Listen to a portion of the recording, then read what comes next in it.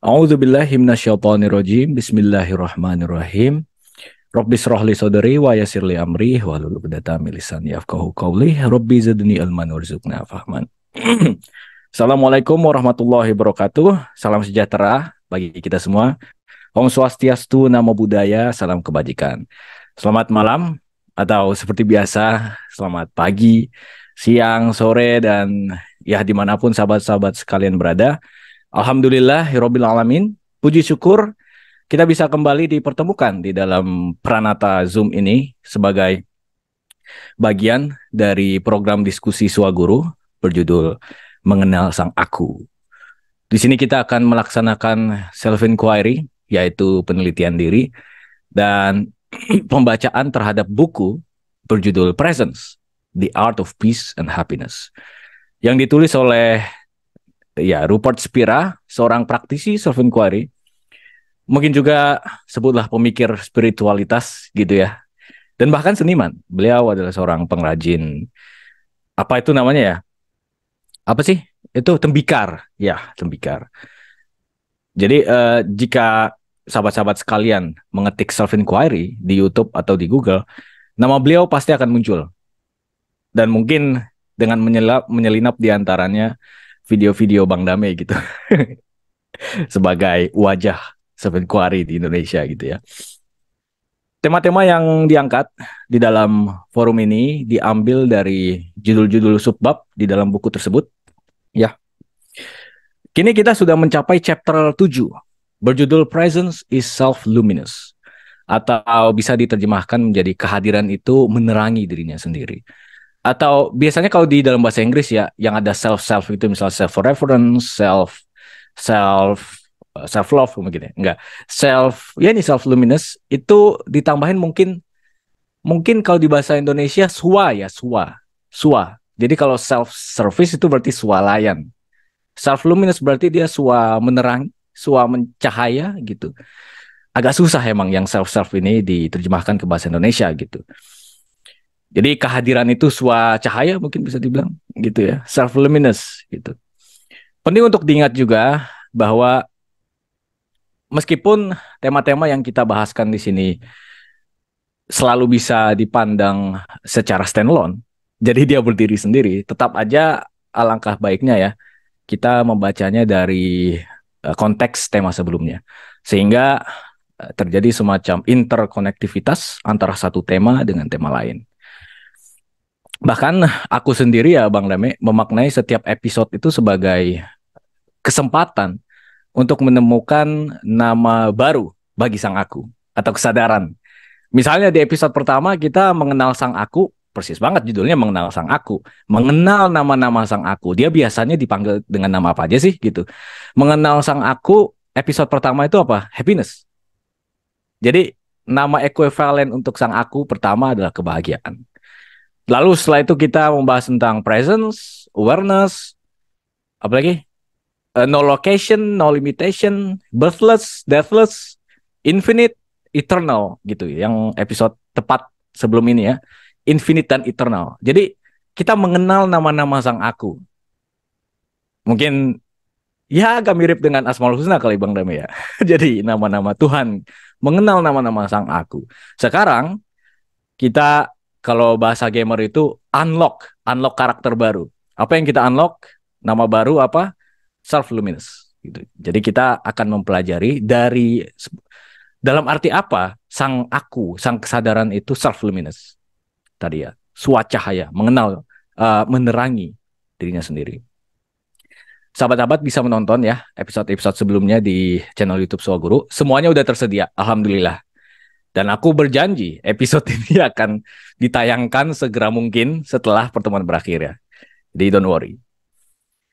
Oke, karena di sini kita bareng-bareng melakukan self inquiry, sahabat-sahabat bisa bertanya atau sharing nanti di kolom komentar atau raise hand. Tapi ya tadi ya, nanti setelah kita membaca teks bukunya. Semoga apa yang kita lakukan di sini berkah dan bisa menjadi manfaat bagi kita semua. Saya dan Bang Dame di sini hanya memfasilitasi. Seperti biasa, sebelum Bang Dame menemani kita dalam membaca teksnya secara langsung, izinkan aku untuk membacakan esai pendek pembuka acara kali ini. Hanya 4 halaman. Aku ya, aku baca aja langsung ya. Ini screen sharing. Udah kelihatan Di, kah? di full biar Oh ya, terbaca full. sorry. Nah, oke. Digedein, ya, ya, ya, Siap. Udah terlihat ya? Kayaknya ini udah cukup sih. ya. Judulnya Fiat Lux. Fiat Lux adalah bahasa Latin untuk salah satu ayat pertama kayaknya di Genesis. Let there be light. Ya, jadilah ada cahaya gitu ya. Muncullah cahaya. Fiat Lux. Oke, Bismillahirrahmanirrahim. Apa yang ditawarkan oleh Internet of Things adalah sebuah interpenetrasi antara kita dan internet. Sehingga visinya adalah bahwa bukan hanya kita yang masuk ke dalam ekosistem internet, tetapi juga sebaliknya. Internet masuk ke dalam ekosistem sehari-hari kita, mengubahnya menjadi ekosistem pintar, berisi rumah pintar, mobil pintar, mesin cuci pintar, dan bahkan lampu pintar, smart-smart gitu ya. Tesis David Chalmers, seorang filsuf, yang menyatakan bahwa teknologi adalah ekstensi perluasan tubuh kita karenanya didorong sampai ke ujung. Bahkan lingkungan kita pun menjadi bagian dari diri kita. Literally ya. Krusial untuk menyorot kata diri barusan. Karena yang terlibat di dalam ekstensi itu bukan sekedar tubuh, tapi juga sebutlah medan batin kita. Di antara serangkaian keseruan estetik yang sedang viral di internet, yaitu yang Instagramable, yang meraih FYP TikTok, perhatian khusus dikerahkan kepada diskursus mengenai pencahayaan, lighting. Lebih tepatnya semacam lighting psychology. Salah satu produk yang sedang banyak diincar adalah mood lamp. Ialah sebuah lampu yang pencahayaannya dipercaya dapat memberikan suasana yang cocok tergantung dengan mood kita. Lebih hebat lagi jika mood lamp tersebut juga pintar, yang berarti bahwa ia mampu secara otomatis merefleksikan keadaan batin kita dengan hanya menerima perintah verbal. Tolong buat suasananya sendu gitu, atau aku kasih kasih sinyal verbal, baper langsung suasana suasana pencahayaannya itu untuk aku yang sedang baper gitu. Ya, adikku baru saja mendapatkan hadiah ini, mood lamp ya, dan itu sekarang sedang sedang trending banget gitu di antara kaum muda. Konon dikatakan bahwa cahaya putih kekuning-kuningan dapat merelaksasi pikiran kita, sehingga ia sering digunakan sebagai lampu tidur. Tapi terdapat juga semiotika distinksi kelas sosial di sini. Kebanyakan rumah mewah menggunakan cahaya kekuning-kuningan. Gitu ya. Jadi ada dimensi kelas juga di dalam pemilihan cahaya. Cahaya putih kebiruan dapat meningkatkan fokus karena ia menstimulus kesiagaan. Cahaya putih polos memberikan kehangatan dan cocok sebagai penyambut kehadiran orang-orang dalam ruangan. Mungkin inilah warna yang demokratis dan egaliter, bisa dibilang. Dan seterusnya. Peluasan diri terlihat jelas di sini. Bahkan stimulus eksternal dapat mempengaruhi dan mencerminkan mood yang kerap kita asosiasikan sebagai keadaan internal batin kita. Literally, kita menemukan diri kita lebih dari sekedar tubuh saya. Pada tahun 1938, seorang pelukis Prancis memanfaatkan wawasan ini untuk menyiksa. Ia adalah Alphonse Laurentiis, yang terinspirasi oleh lukisan-lukisan abstrak dan surrealis karya Vasily Kandinsky, Paul Klee, Louis Buñuel, dan Salvador Dali untuk mendesain sel-sel penjara yang dapat mendisorientasikan psikis kita. Ia membuat ranjang yang miring dan diposisikan pada sudut 20 derajat sehingga sulit ditiduri, lantainya tidak rata, dindingnya dipenuhi pola-pola geometris tak teratur, kubus, garis, spiral, dan tentu saja tadi cahaya putih kekuning-kuningan yang remang-remang tadi itu. Sebuah plot twist.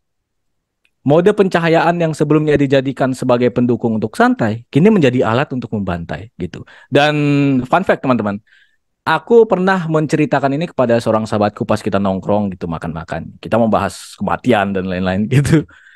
Terus sampai ketika aku mendeskripsikan situasi tadi, tau gak?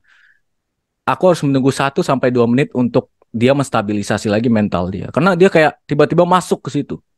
Masuk ke dalam deskripsi yang tadi gua kasih tahun itu. Bener-bener terdisorientasi. Dia aja yang membayangkan doang kayak begitu, apalagi berada di sana ya. Luar biasa.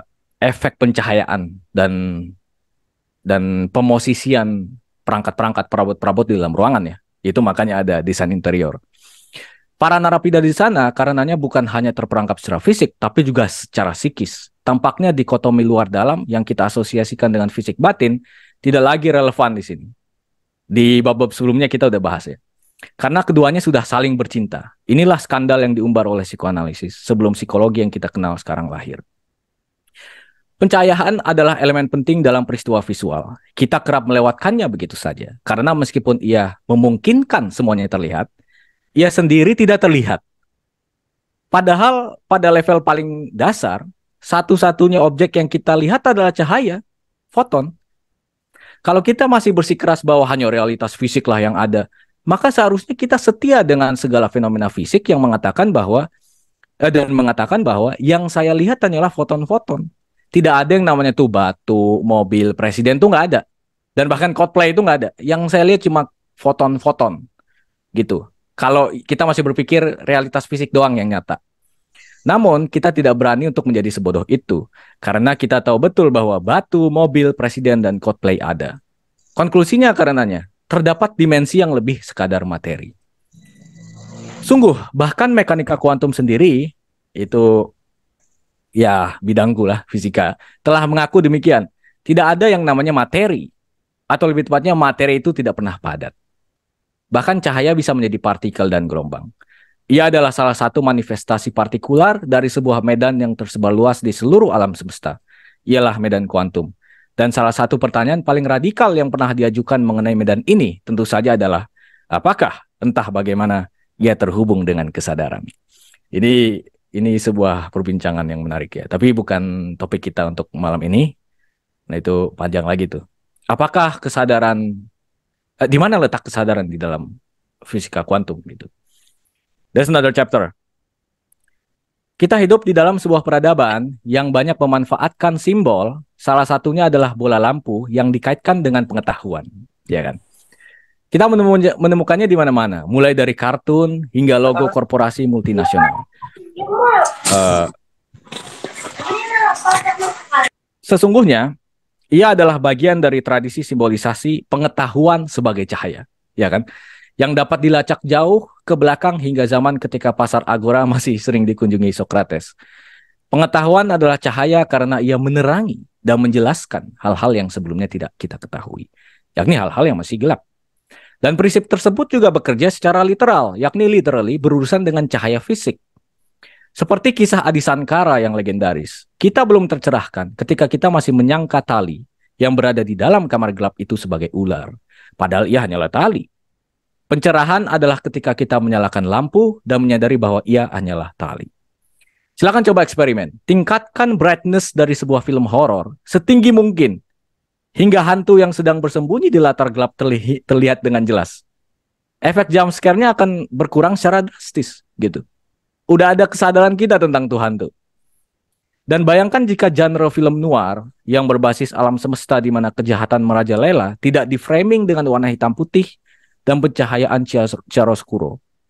Kita akan melihat Marlon Brando sebagai Don Corleone malah menjadi Ryan Gosling sebagai Ken gitu. Teman-teman yang suka nonton film-film mafia, film-film tahun 1940-an kali ya, film noir tadi itu kalau kita ganti sedikit pencahayaannya itu udah bukan film noir lagi, bukan film-film yang memanggungkan betapa peradaban kita koruptif dan penuh skandal, nggak gitu lagi. Semuanya jadi kayak happy-happy gitu.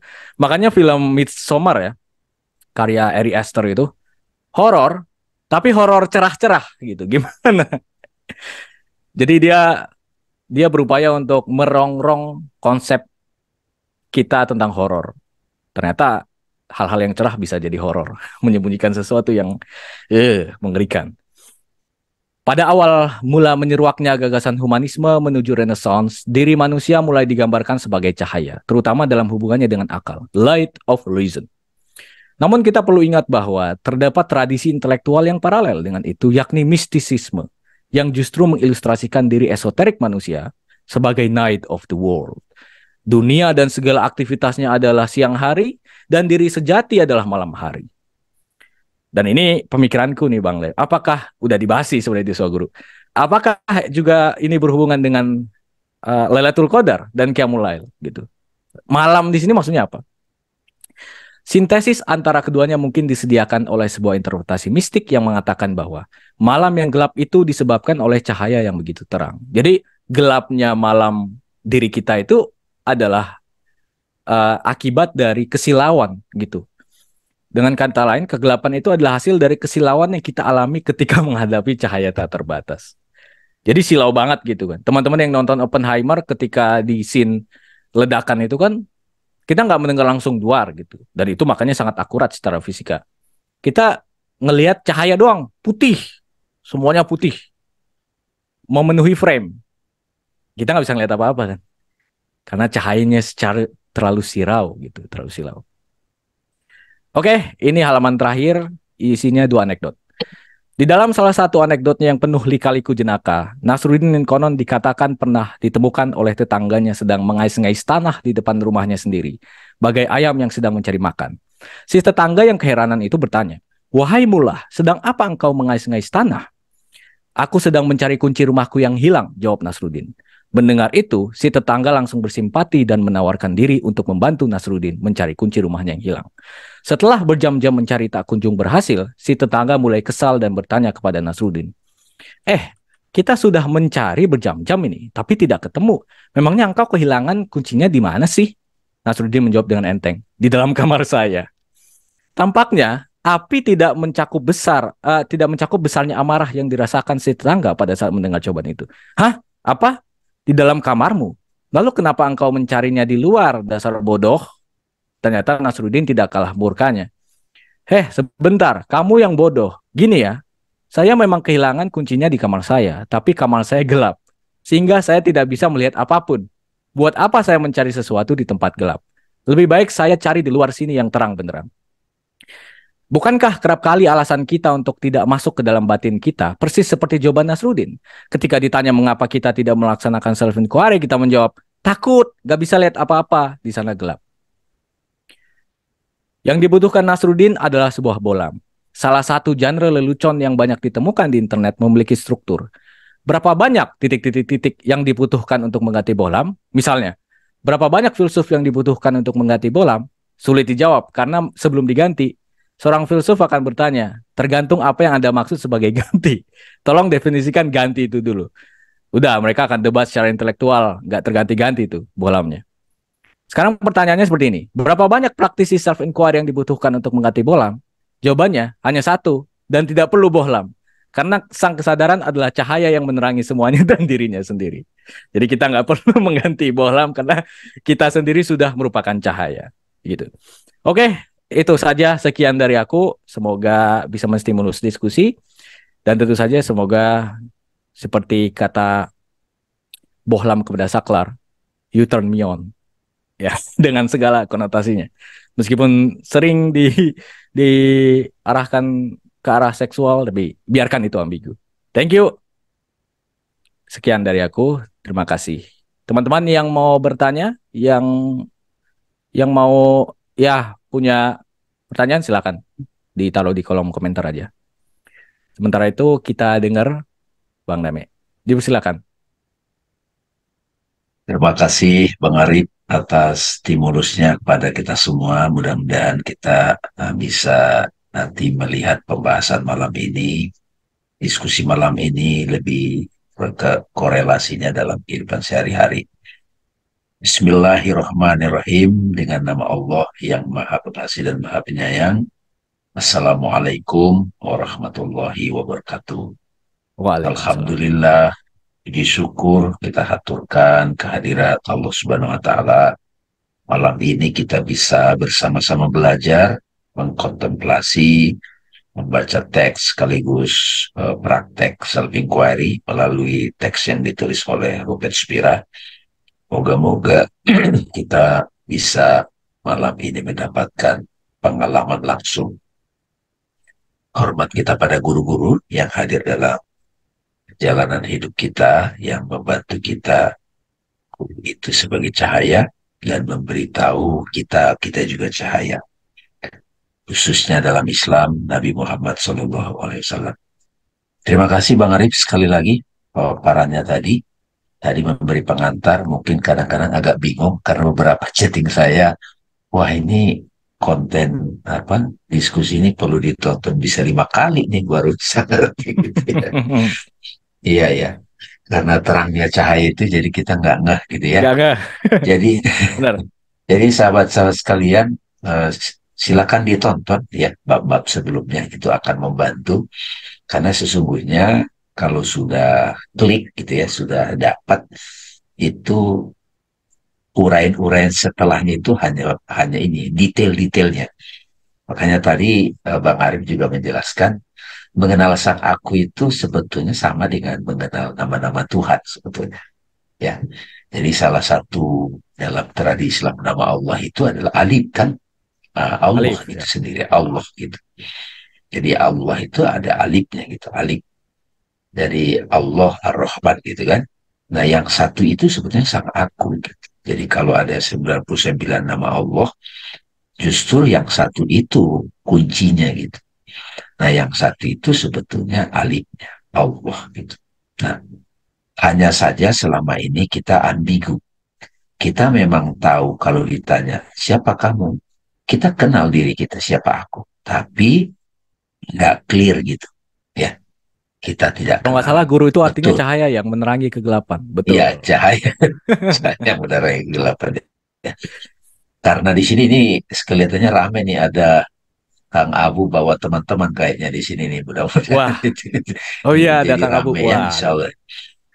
Ya, izinkan saya mengajak teman-teman ya. Ini sudah dibahas ya teman-teman, seluruh perjalanan manusia betulnya ujung-ujungnya mencari kebahagiaan ya, search of happiness.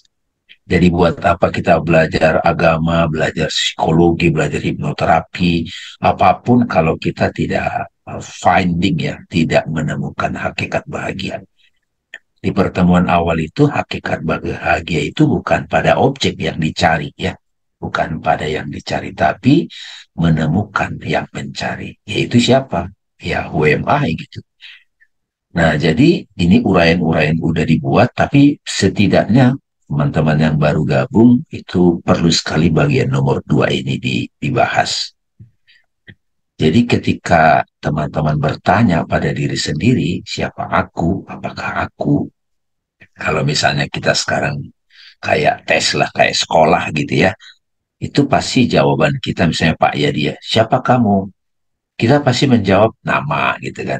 Nama ataupun saya seorang ayah atau hamba Allah atau kita sebut saya laki-laki, itu sebetulnya casingnya gitu, casingnya atau rules atau deskripsi pikiran gitu. Saya adalah dulu segi begini begini begini, itu histori gitu. Nah, bahkan nanti pertanyaan siapa aku, apakah aku ini akan sangat relevan pada waktu kematian datang kan. Nah, ketika kematian datang yang sudah kita saksikan terjadi pada saudara kita barangkali pada zaman pandemi itu banyak yang mengalami kematian. Kalau kematian datang, apakah aku masih ada? Siapa aku saat kematian itu terjadi? Nah, itu yang menarik teman-teman. Pertanyaan ini penting. Siapa aku gitu Pak? Jadi harus kita selesaikan tuh dengan pasti sekarang sebelum itu datang. Ya, memang di tasawuf sudah ada mati sebelum mati. Rasul juga mengatakan antal maut qoblal maut. Di Jawa juga mati saat jroning urip. Tapi ketika kita berhadapan langsung kagok juga gitu. Nah disitulah penting self inquiry teman-teman. Direct path. Sendirian menelitinya. Rupert Spira sering mengutip kata-kata Sri Ramana Maharishi.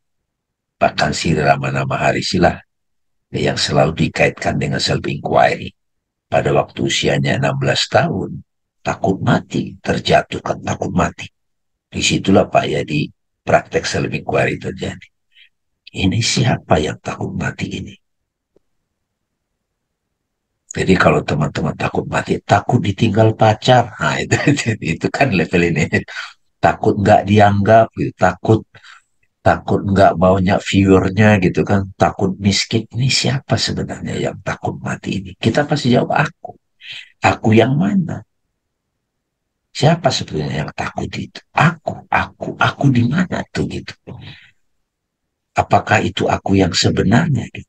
Ya, jadi setiap hari ini perlu dilakukan. Nah, disinilah teman-teman yang sudah mulai ikut kelas Waguru ini membedakan antara meditasi atau prayer ataupun mantra, itu namanya progressive path gitu. Jadi kita dengan Tuhan berjarak. Jadi ada tahapan. Tapi kalau self inquiry langsung kita ke intinya. Jadi silakan tuh teman-teman praktek. Nah, di forum inilah kita diskusi bersama-sama. Jadi bukan ini paling benar, enggak. Bang Arif kan ngompor-ngomporin aja tuh tadi tuh kasih stimulus-stimulus. Jadi biar karena kebingungan itu penting. Seperti René Descartes gitu, Iya. keraguan. Siapa sih aku ini sebenarnya gitu? Apakah yang tampak di Instagram atau yang tampak di TikTok itu kan difilter kan gitu. Seperti ya. Jadi mari kita kembali bertanya, siapa aku? Atau apakah aku? Nah, disinilah Rupert Spira kasih jawaban langsung yang dahsyat. Ya, jadi ini tidak sekedar membaca nih Bang Arif, teman-teman. Tapi silakan teman-teman. Aku jelas sekali adalah yang menyadari dan mengetahui semua pengalamanku. Gitu Pak Yadi. Mudah-mudahan kalimat ini teman-teman sudah mulai mahir.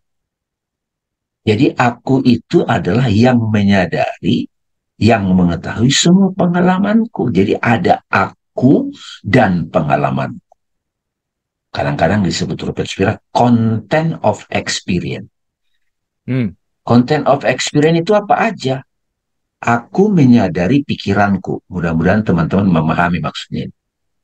Pikiran itu kan kadang khawatir, overthinking, bingung, ragu. Itu pikiran. Di mana itu? Bukan di otak. Otak itu fisik, sensasi nanti itu. Pikiran itu ada bentuknya gambar, ya kan? Pemikir. Aku menyadari pikiranku. Di sini Englishnya mind. Aku menyadari perasaanku. Perasaan itu juga hadir di mind. Kalau mind diterjemahkan ke bahasa Indonesia itu, kalau bagi saya lebih cocok batin. Ya, kalau pemikiran itu thought gitu kan. Perasaan itu feeling, emotion. Nah, ketika kita perhatikan badan, aku menyadari sensasi badanku, pegel-pegel, kaku-kaku, lapar, itu kan kebat. Nah, mind, body. Aku menyadari realitas objek di sekitarku. Nah, itu kita melihat melalui panca indera kan. Aku menyadari pemandangan ini kalau kita sedang di laut. Aku menyadari rasa teh ini ketika kita minum teh.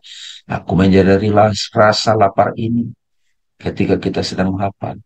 Aku menyadari ruangan ini dengan segala furniture di dalamnya ketika teman-teman berada di kamar. Aku menyadari pikiran ini. Ini penting nih. Meditasi itu sebenarnya menyadari aliran pikiran, bukan menolak. Aku menyadari rasa sedih ini. Aku menyadari semua pengalaman ini.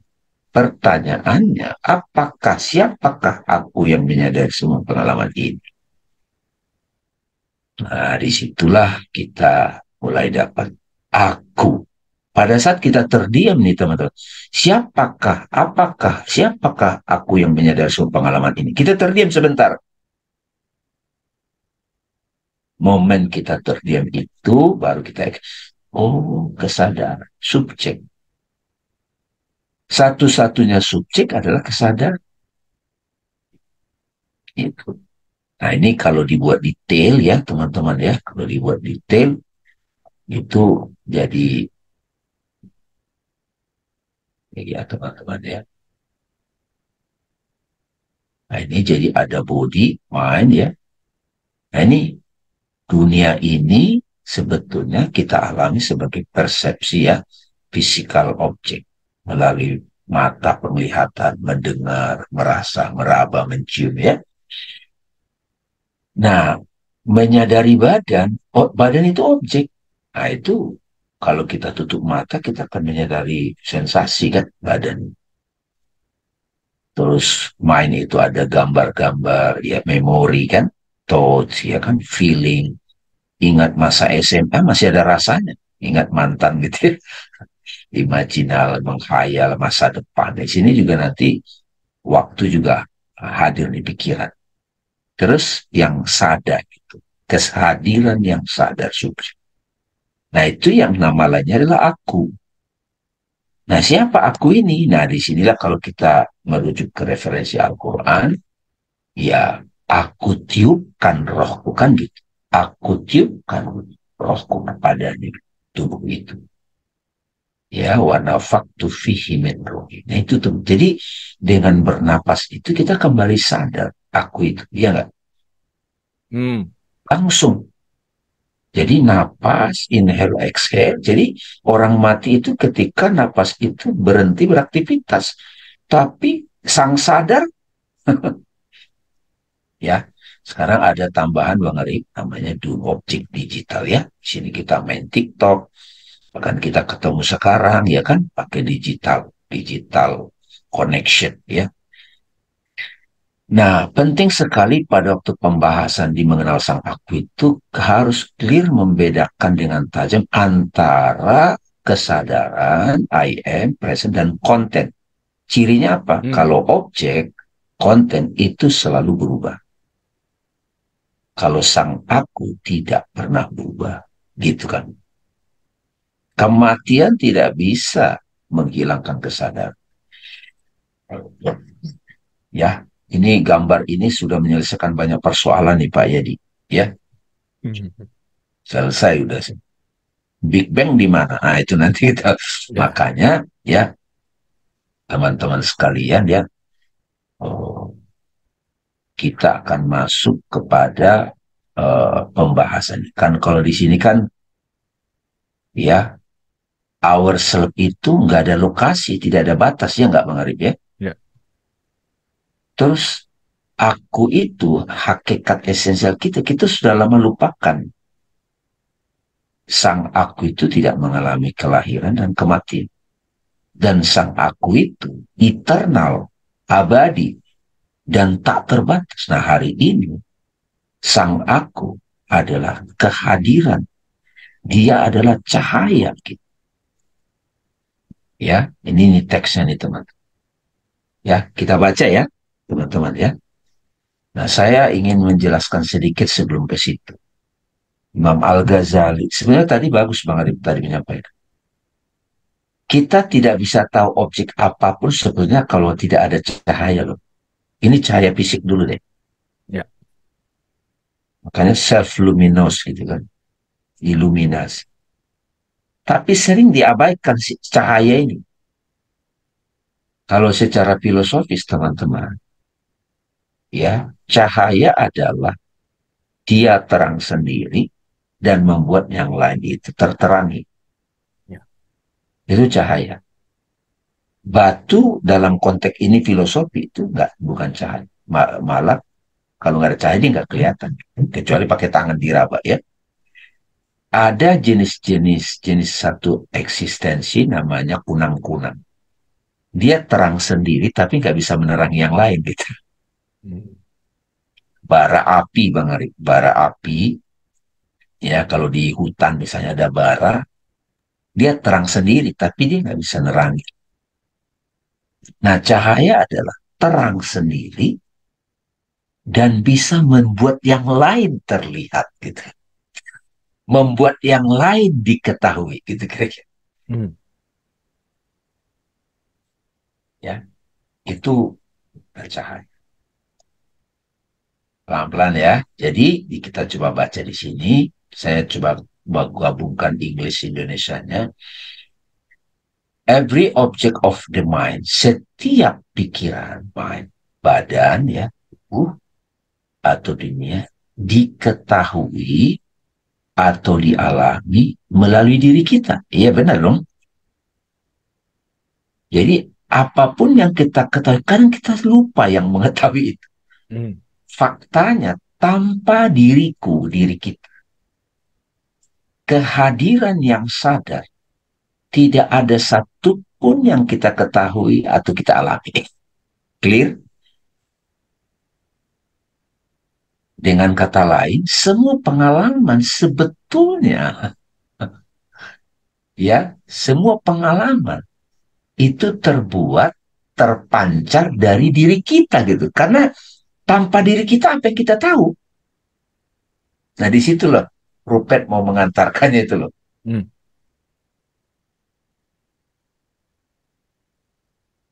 Misalnya kayak saya tanya nih, Pak Yadi. Pak Yadi, tadi malam tidurnya gimana? Tidur pulas katanya. Loh, kok tahu? Kan tahu, saya tahu tadi malam saya tidur pulas. Kok tahu? Berarti ada yang mengetahui dong pengalaman tidur pulas itu. Saya kadang agak sedikit liar tuh Bang Yadi. Kenapa ya Nabi Muhammad tahu kisah Nabi Ibrahim ya? Gitu kira-kira. Apa ada, kalau yang kita tahu kan ada perantara malaikat Jibril menyampaikan. Jangan-jangan sang aku itu yang ngasih tahu. Sang akunya itu ada juga sekarang. Hmm. Kenapa ya Nabi Muhammad tahu asal-usul penciptaan? Asal muasal, apa namanya, Genesis gitu kan. Ya. Kitab kejadian gitu. Jangan-jangan ketika Stephen Hawking bilang, ada teori Big Bang apa di Hubble gitu. Itu siapa itu yang mengetahui itu? Jadi pengantar yang ini perlu pelan-pelan diresapi nih. Semua objek, ya objek itu menyangkut. Main itu hak. Kalau teman-teman tahu hantu ya, tahu hantu. Hantu itu di mana? Apa itu? Objek apa itu hantu? Setan, jin. Dan selama ini kita sebut itu sebagai pengetahuan kan ceritanya tentang hantu. Nah, itu ceritanya. Ada perantara. Tapi kalau saya bilang saya tahu, saya harus experience langsung. Jadi berpikir itu juga pengalaman, sahabat-sahabat sekalian. Pengalaman di tingkatan pikiran. Mimpi itu pengalaman.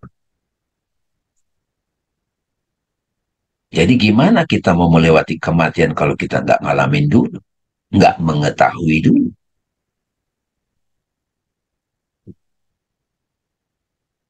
Nah, disinilah Sobat Spira mau berikan satu penekanan. Objek yang kita ketahui itu di batin, mind, body. Saya tahu saya lapar. Iya dong. Ngalamin. Saya tahu dunia itu ya lewat panca indera. Sekarang saya tahu dunia maya karena saya saksikan. Jadi, in other words, dengan kata lain, semua pengalaman terbuat dari ya pengetahuan dan iluminasi pancaran dari diriku gitu loh Bang. Jadi aneh orang bilang dia tahu sesuatu tapi dia nggak tahu dirinya. Itu aneh. Berarti pengetahuannya asumsi. Sama seperti ini ya, relatively speaking, semua objek ya diberikan terlihat melalui cahaya matahari. Benar nggak? Hmm. Kalau siang hari kita bisa tahu objek-objek itu gunung, batu, pohon. Karena ada apa? Ada matahari.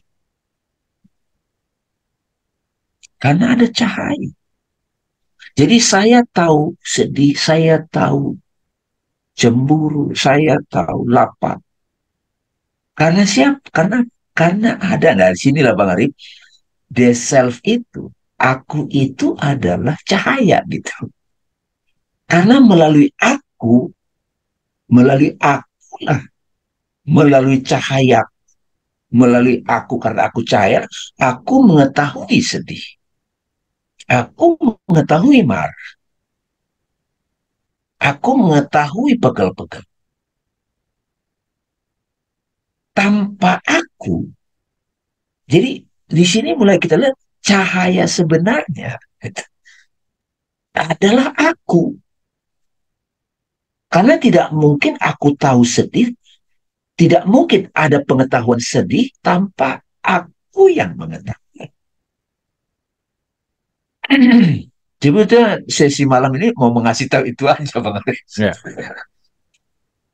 Jadi tanpa kehadiran the self, present is self-luminous. Kan gini ya, kasarnya gini Bang Yadi. Kalau di kamar Bang Yadi nggak ada cahaya, ya Bang Yadi nggak tahu apa-apa di situ. Nggak tahu. Benar-benar mata nggak bisa tahu. Akhirnya pakai alat yang lain, tangan, meraba. Tapi tangan nggak bisa tahu warna kan. Jadi tanpa aku, tanpa kehadiran sang aku. Nggak ada yang kita ketahui. Jadi di sini mulai disadari, akulah cahaya sebenarnya.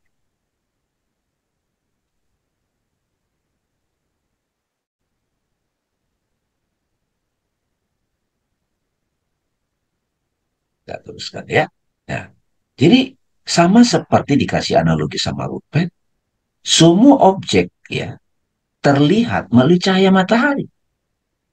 Nah, in reality, nah dia bilang, all experience, semua pengalaman diketahui, ya, diketahui oleh cahaya diri kita gitu. Jadi sekarang gini deh. Nah, di sini kalau agak berani dikit kita. Jadi Nabi Muhammad tahu semuanya dari mana ya? Gitu. Dari cahaya aku itu. Nah, makanya ekspresi alif lam mim. Jalikal kitab. La raiba fihi hudallil. Nggak ada keraguan di dalam. Karena yang ngasih tahu itu aku itu. Tapi aku itu nanti menampil sebagai knowing gitu Bang Arif. Nah, itulah the intellect gitu. Dari aku itu juga itu cahaya juga. Kalau di tradisi Islam suka disebut Jibril. Kalau di filsafat suka disebut akal pertama gitu. Ya. The first intellect. Nah gitu kalau di filsafat. Nggak ada keraguan. Karena yang ngasih tahu aku itu. Karena masalahnya nggak kenal si aku itu. Yes. Ma'rifat adalah modal akal pikiran sumber. Ya, memang diskusi begini nggak biasa pada di umum. Tapi sekali kita ngerti, oh, jadi sahabat-sahabat kalau mau tahu apapun nanya siapa kita. Ya ke sumbernya siapa itu gitu. Sang aku. Ya Google juga sumber pengetahuan lah Bang ya, dia Google apa. Saya juga suka pakai Google lah gitu kan. Ini apa gitu kan. Tapi pengetahuan tapi itu bisa tipu-tipu gitu.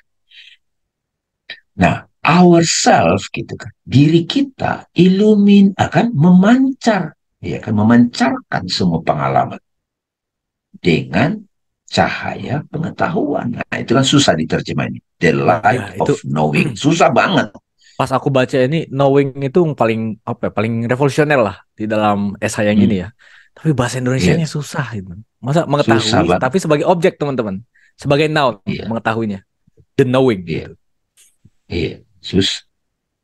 Nah, this knowing, nah, ya, yang mengetahui ini is inherent within and tidak terpisah dari diri kita. Jadi kalau kita coba lihat-lihat, selama ini kan kita mengetahui Jibril misalnya melalui cerita. Sekarang jangan-jangan Jibril yang ngasih tahu itu knowing yang inherent itu, yang tidak Ah, ada keraguan kalau ngasih tahu. iya iya iya. Kalau ragu belum ketemu the Wow. light of knowing. Kalau masih ragu belum. Jadi kalau kita mau tanya tentang asal-muasal penciptaan akhir dari ini, lebih berani tanya light of knowing. Ya kan? Dia nggak terpisah dari diri kita. Dia adalah diri kita. Semua pengalaman tidak terpisah dari yang mengetahui ini. Gitu Bang Warif. Ya kan? Itulah dia tidak inseparable from the light of ourselves. Suka diulang-ulang Marupet tuh. Dengan kata lain, semua yang diketahui, dialami, ya terpancar dengan cahaya, the light of ourselves. Sebagaimana semua objek itu terlihat dengan cahaya matahari, benar nggak? Jadi cahaya matahari ada nggak di diri kita? Hmm. Ada cara. itu justru nurun ala nurin. Cahaya yang tidak disentuh api. Dia bercahaya dengan sendiri. Kita jalan-jalan sedikit ya, Bang Arif ya. Kita, karena kan kita mayoritas umat muslim. Nabi Ibrahim saat di kegelapan.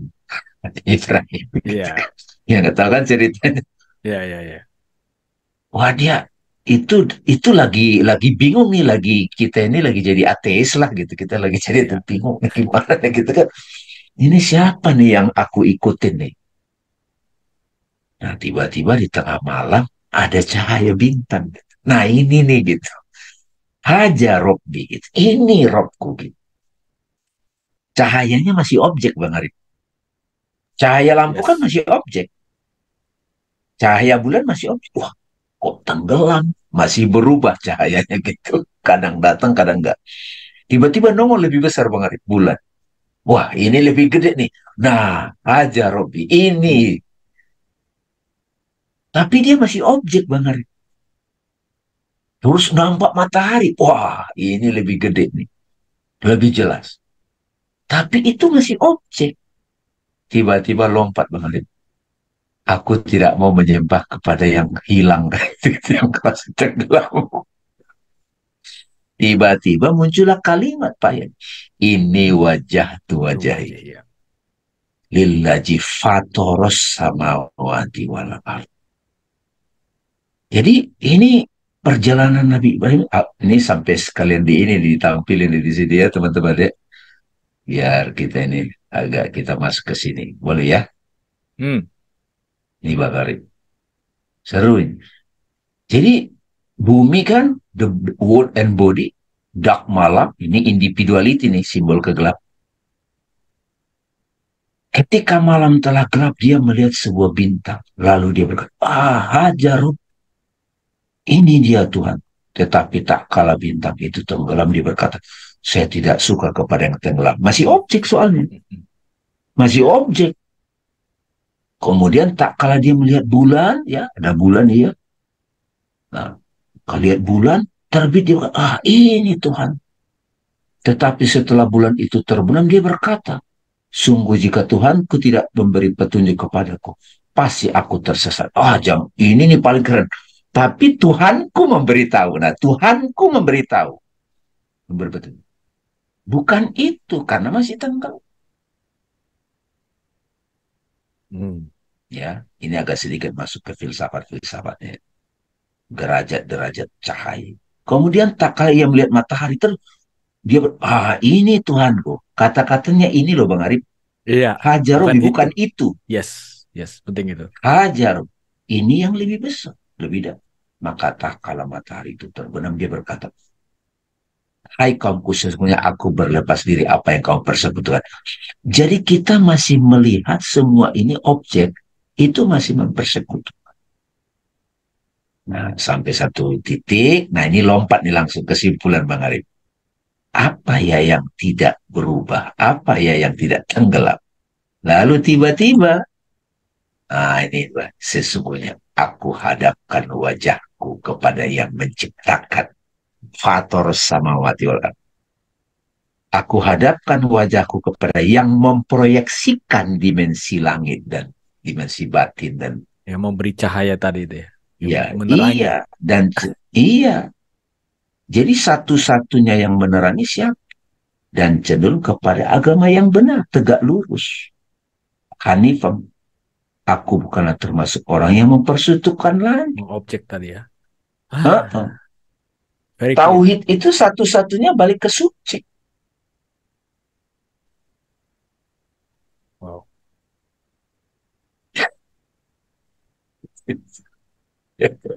Jadi clear ya. Ya, kalau sahabat-sahabat di sini bisa menangkap maksudnya ini, barokallah, berkah sekali ya. Tapi ini atas izinnya ya, atas Allah menyingkapkan diri. Nah, faktanya ya sebelum pengalaman any experience apa kan? Any experience tell us of its objective quality. It first announced the light of present by which it is known. Gitu. Jadi sebelum kita tahu kualitas objek, harusnya cahaya kehadiran ini dulu yang harus diketahui gitu loh Bang Arif. Ya, cahaya itu yang membuat, yang memancarkan semua pengalaman gitu, yang membuat semua pengalaman itu diketahui. Sama seperti diulang lagi, matahari lah yang memancarkan pada semua objek. Ini yang dilupakan Bang Arif. Jadi malam ini kita hanya bicara kehadiran sang aku itu. Dialah yang membuat semuanya diketahui. Semuanya terlihat. Present is self-luminous. Ya, kita teruskan lagi. Ya, itu adalah cahaya diri kita itulah yang membuat semua yang menampil jadi diketahui gitu Bang Arif. Ya, objek itu nggak bisa dia tahu sendiri, hanya melalui, sama seperti di kamar ya kan suka dibolak-balik ya analoginya ya. Saya tidak bisa tahu apapun objek di kamar saya kalau nggak ada cahaya, kira-kira gitu. Saya tidak tahu apapun kalau saya tidak kembali kepada cahaya diri saya. Cahaya itu adalah yang mengetahui itu.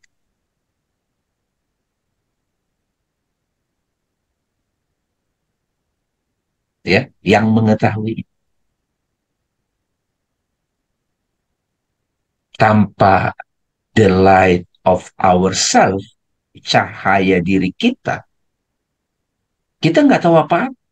Justru melalui cahaya diri kita itulah kita tahu semua pengalaman. Pada level pikiran, mind, pada level body, pada level fisik the world. Sekarang ada tambah lagi level digital. Ya. Okay. Nah, the body, pikiran dunia diketahui ya, are known by the light of ourselves, but ourselves tidak diketahui melalui yang lain gitu loh. Jadi haknya diri kita yang bisa mengetahui diri kita. Jadi cahaya, hanya cahaya yang tahu cahaya, kira-kira gitu. Ya.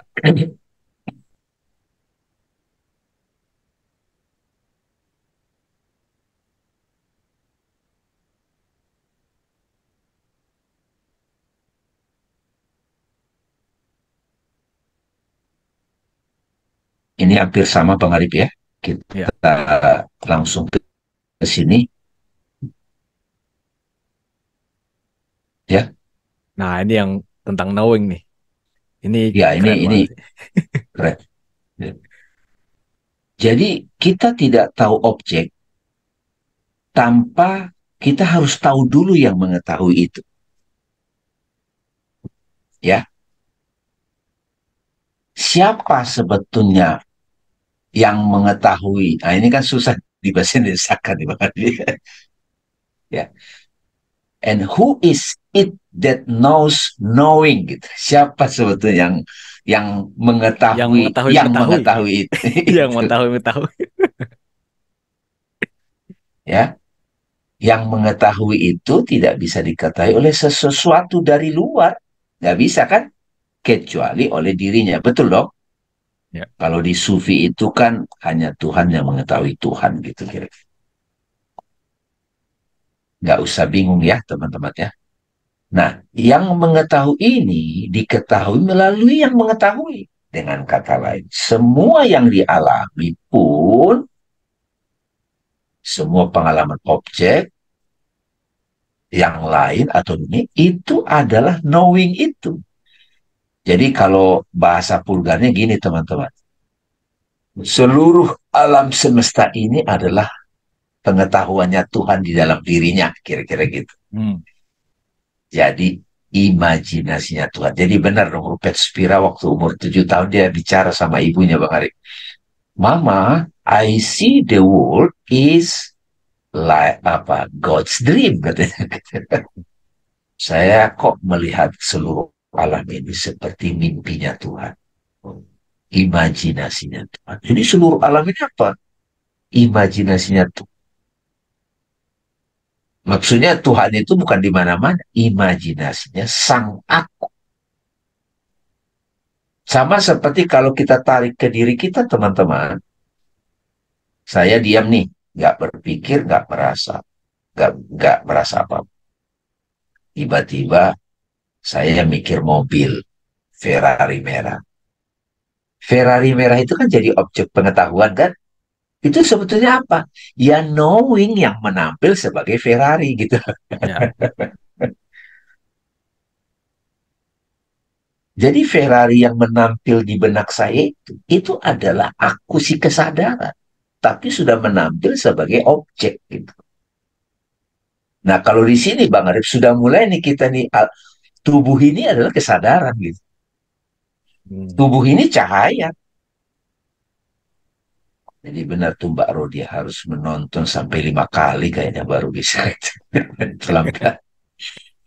Nah, this knowing itu adalah yang mengetahui. Nah, di sini kan knowing itu ketika dia sudah dia kesadaran sekaligus dia menjadi objek ya kan Bang Arif? Yes. Ya.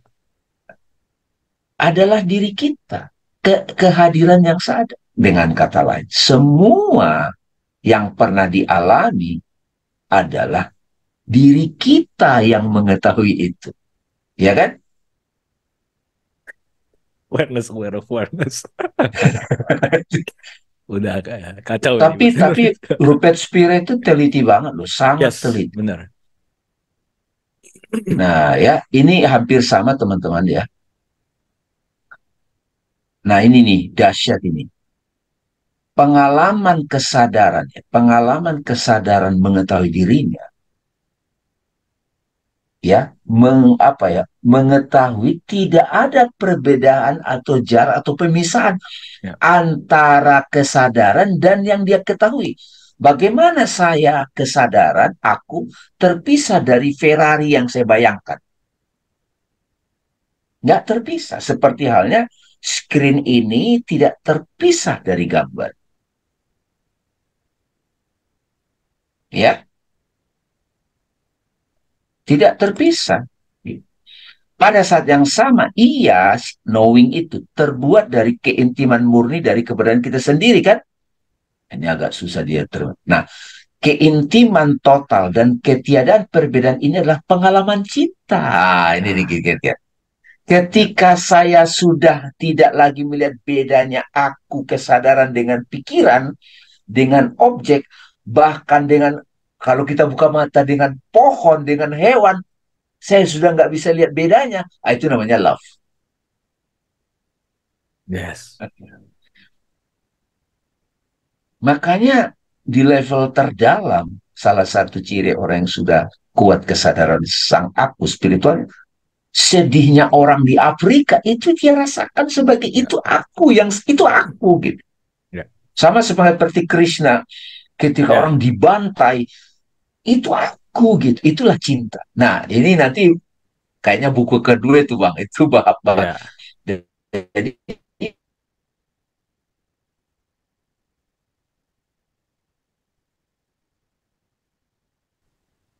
kalau sudah menyadari seperti ini, kalau nggak ada lagi orang yang kita benci, karena dia adalah proyeksi dari diri kita.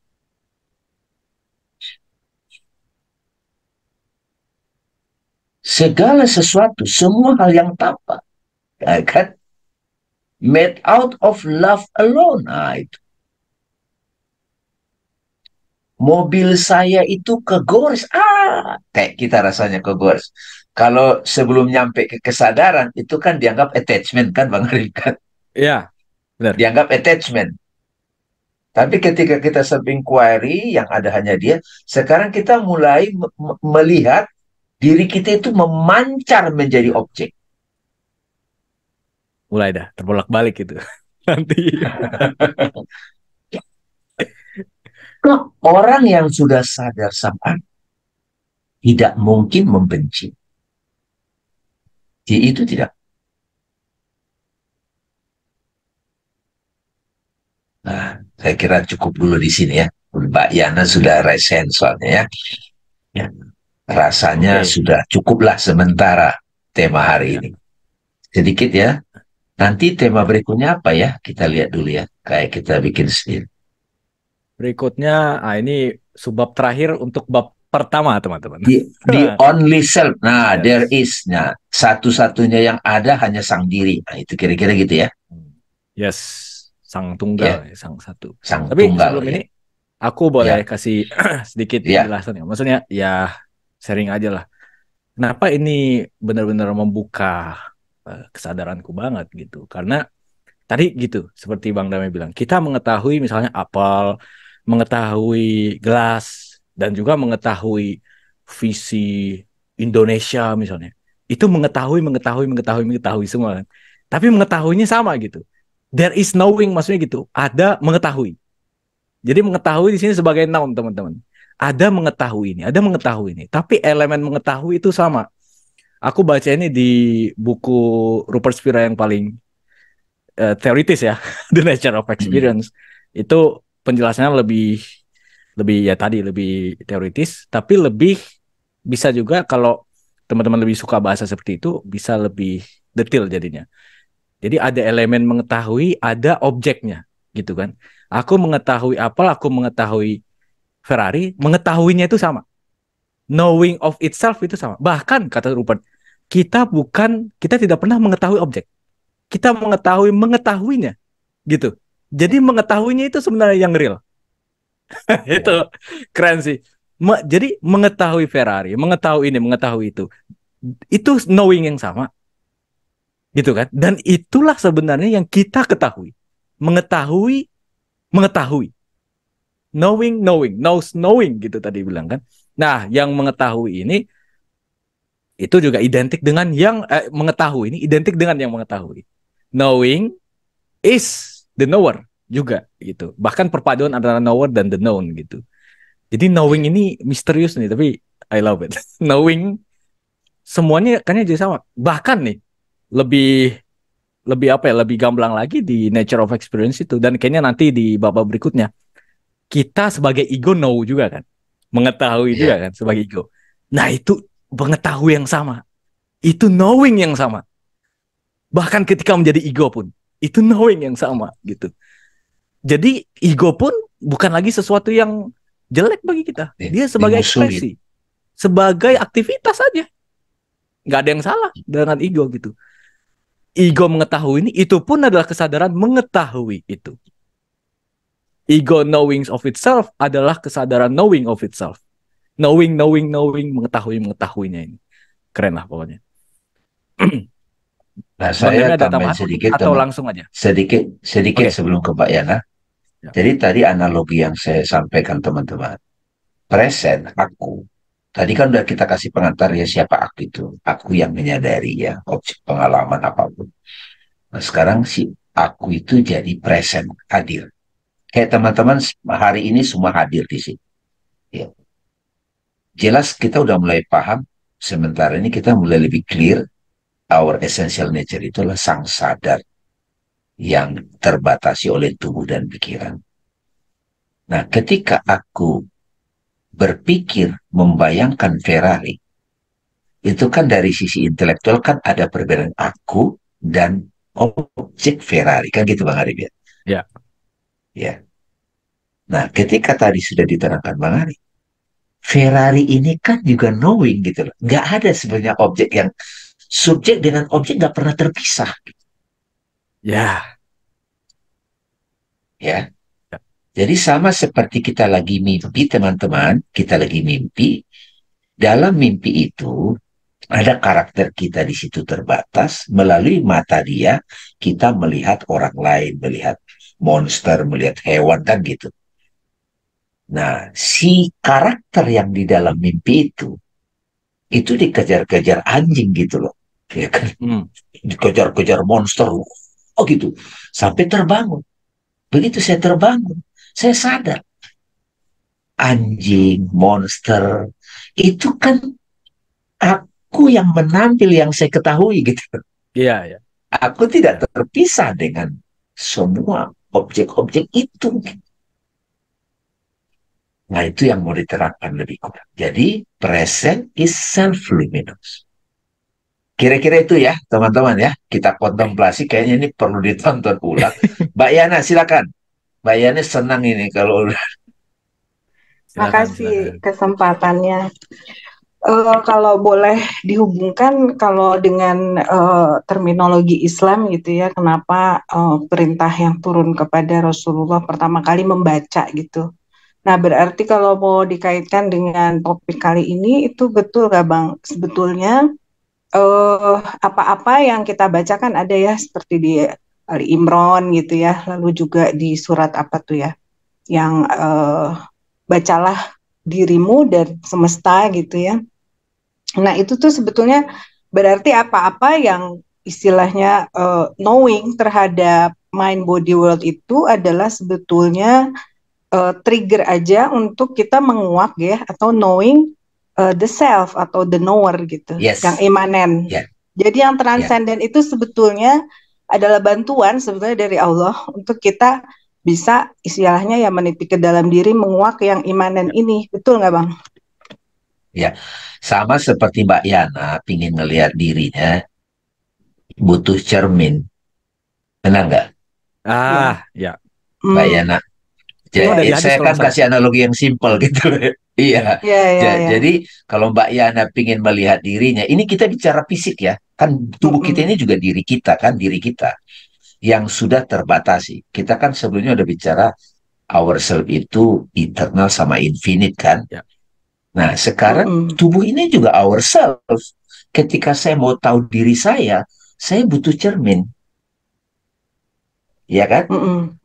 Nah, jadi kenapa kalau Rupert itu mulai ketika bicara who am I, what am I, beliau bab keduanya kan dia bilang from the body to the mind to awareness, gitu kan gitu. Karena saya juga begitu kalau ngajak orang ikro, Mbak Yana. Saya selalu ajak ikro satu itu sadar pada realitas fisik, pakai panca indera. Orang paham dong, Oh, bukan ya kan? alibata itu ya, Melalui. ikro satu. Iya, bukan ikro alibata, tapi ikro itu adalah I am aware of physical appearance. Oke. Jadi ikro itu I am aware of physical appearance. Apapun. Melalui mata, melalui telinga, melalui aroma hidung kan. Bakso kita rasakan gitu kan. Teh gitu. Lalu begitu kita mulai meditasi, Mbak Yana tutup mata kayak Nabi di gua, saya mulai menyadari realitas yang menampil di batin. Betul nggak? Imaginal, appearance. Ya. Ya, ya kan? Ya. Nah, baru saya lihat detailnya tuh yang di batin itu. Kalau Rupert hanya menyebut itu world, body, mind kan gitu. Kalau di pembahasan Iqra di Suaguru itu saya detailkan juga tuh individual makna individu, makna kolektif kan gitu. Kayak kita melihat lampu merah berhenti kan, itu kan makna kolektif, Mbak. Kesepakatan kan gitu. Kalau api mesti panas, itu realitas, makna yang ditemukan. Nggak berubah sampai kapanpun. Yaitu api mesti panas, air mesti cair gitu. Terus tiba-tiba saya jatuhkan benda, ke benda jatuh. Saya menyadari ada gravitasi gitu kan. Bentuknya apa? Ya ada daya tarik kan, hukum-hukum semesta. I am aware of the law of nature, hukum-hukum semesta. Nah ini asalnya dari mana? Nah disitulah pengalaman Ibrahim tadi kan, lihat bintang, melihat bulan, melihat matahari. Aku nggak mau bertuhan pada yang tenggelam kan gitu. Disitulah langsung jumping, bertuhan pada yang tidak pernah tenggelam. Fatorus samawati wal ard. Jadi langitnya itu bukan langit fisik, Mbak. Dimensi yang tak terbatas, itu langit itu samawati artinya yang tak terbatas. Angkasa kalau di kita, akasa, angkasa. Jadi langit biru itu tuh optic illusion. Ya. Langit masih ke bahasa Arab lebih enak. Samawati itu sebetulnya tanpa batas. Kalau di bahasa Inggris ada heaven, heaven, Oh ya. heaven kan. Nah, itu ya yang tak terbatas gitu, yang keindahan. Nah, jadi teman-teman, kita bermula kayak kita masuk game ini. Kita masuk game. Saya suka bilang kita itu seperti gini loh teman-teman. Seperti ini kan. Ini pernah saya kasih ya kan. Kita pasang ini nih. Iya nggak? Nah, cuma ini panca indera. Nah, di sini kita lihat nih, kita mulai padahal ini kan penampilan. Benda-benda fisik yang selama ini kita anggap real, itu sebetulnya penampilan. Dia real karena ada knowing tadi gitu. Iya, iya, ya. Kalau spiritual di batin itu ya. Iya, iya. Tapi dari dialog ini setidaknya ada beberapa poin-poin yang didapat ya Mbak Yana ya. Iya, iya. Tapi saya agak ini mau ngunci satu lagi. Kita tuh knowing kita yang ada tuh bahasa Inggrisnya apa saya lupa. Pokoknya bawaan lahir itu tuh kalau dalam Islam ya itu fitrah ya. Yang memang condong tadi ya kepada cinta, kepada kebenaran gitu ya. Gini Mbak Yana, kalau kita referensinya kitab suci, kita harus mulai belajar untuk mengkontemplasi langsung sendiri. Supaya kita tidak ada keraguannya itu dapat gitu. Iya, iya. Fitrah itu kan I am. Fitrah itu I am. I am. Oh, oke. Aku pikir dia itu suatu adjektifnya I am, bukan ya? Nah, fitrah itu I am. Oh, oke. Nah, lebih clear sekarang. Iya, iya. Iya. Fitratallahi fatoros samawati. Jadi fitrah itu I am. Jadi kembali ke fitrah kan gitu kalau gitu. Jadi dia bukan sifat bawaan gitu, bukan ya? Ya dia I am ya? Iya. Jadi lebih clear sih. Ya itu. Iya, iya. Gak bisa enggak gitu ya. Gak bisa enggak jadi itu sebenarnya. Iya, iya. Oke. Innate-nya itu maksudnya gitu ya. Karena iya. Ya innate tuh bawaan lahir. Oh itu. Oke. Siap. Insya Allah kurikulumnya ini coba diulang lagi. Oke. Thank you. Ya, teman-teman yang mau bertanya ini tadi ada di kolom komentar ya. Sebenarnya kita merelasikannya dengan ayat-ayat Al-Quran itu tidak terlalu jauh sih. Soalnya di paragraf terakhir sendiri kan Bang Rami, di bab yang kita bahas ini, itu Rupert merujuk pada Sufi. As the Sufi say, wherever the eye falls, there is the face of God. Ya, ini fakta ini kan. Fa'inama tuwalu fasama wajhullah. Ya, ini bagian akhir. Ini ya, ini kan? Ya, ini ya. All objects celebrate the sun. All experience celebrate ourselves, our present. As the Sufi says, wherever the eye falls, there is the face of God. Iya. Iya. Jadi tadi analogi cermin itu ini ya, klop gitu. Ya, supaya mudah dipahami Mbak Yana. Iya, makasih. Nah, konsekuensinya apa Mbak Yana kalau udah sadar begitu? Kalau kita ketemu di sekitar kita ada orang yang nyebelin, itu wajah siapa? Wajah aku. Wajah knowing kita yang keliru gitu loh. Iya. Apalagi kan kalau ketemunya seringnya kayak anak gitu ya. Suami. Iya. 24 jam sehari ketemu. Tapi kalau kita melihat wajah muka kita di cermin itu berantakan, kita perbaiki diri kita cuci muka kita sisir, cerminnya berubah. Yang menampil ya? Yang menampil berubah. Ya, betul. Baru agak paham dikit-dikit lah tauhid itu gitu ya, kesatuan. Oke, silakan Bang Arif. Oke, thank you Bu Yana. Sekarang kita masuk ke ini ada pertanyaan. Alvina.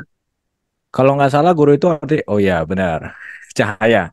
Alvina Hikmah. Salam Bang Dame dan Arif. Terima kasih atas jawabannya. Saya seperti mulai memahami terkait ketakutan untuk self-inquiry seperti cerita.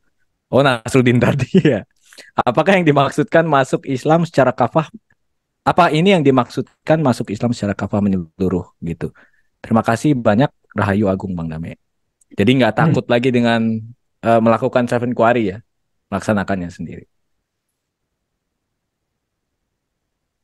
Ya, selama ini kan kalau disebut Islam kafah, yang tergambar di pikiran kita kan ritual, kemudian pakaiannya, terus padahal mazhab-mazhabnya banyak juga.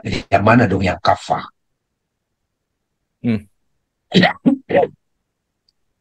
Kalau kita rujuk pada pengalaman Nabi Ibrahim, Hanifah Muslimah gitu kan.